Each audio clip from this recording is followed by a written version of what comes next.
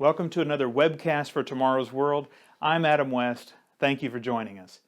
What would you say you think about most of the time?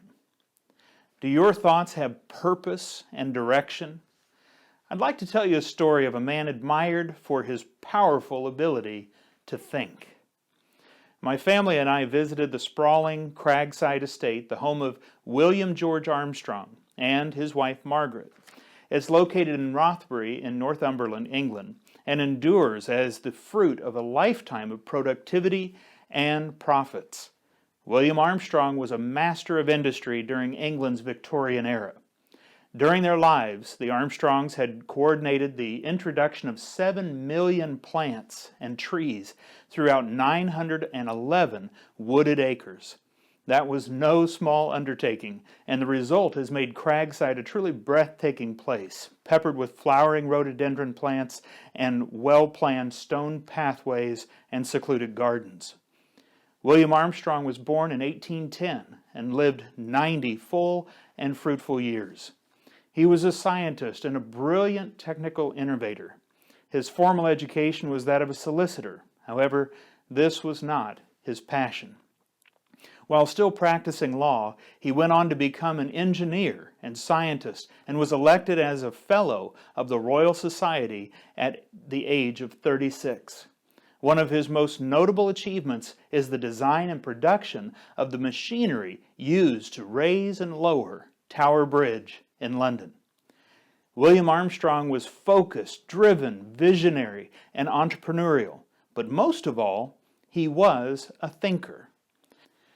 Armstrong had an intense ability to concentrate, to meditate on a problem, and devise a solution. William Armstrong is quoted as saying, "However high we climb in the pursuit of knowledge, we shall still see heights above us, and the more we extend our view, the more conscious we will be of the immensity which lies beyond." Yes, William Armstrong was a great thinker with a powerful talent for concentration. He thought about engineering, design, horticulture, architecture, and science. But his great wealth, in the end, came as an arms dealer. You see, William Armstrong began to engineer weapons, and in 1855 he produced his first prototype called the No. 1 gun. It was half the weight of conventional guns, therefore much easier to handle. It could also launch a shell of equal size twice the distance as its competition, using only half the charge and with much more accuracy. In the early 1900s, he began building warships through his company, Armstrong Whitworth Company Limited. They were some of the largest and most powerful battleships being built. The Japanese, in their 1905 naval victory over Russia, used some of Armstrong's ships. Many were still in operation when Imperial Japan attacked Pearl Harbor on December 7, 1941. William Armstrong was a thinker, but what dominated his thoughts for much of his life was making weapons for war and destruction.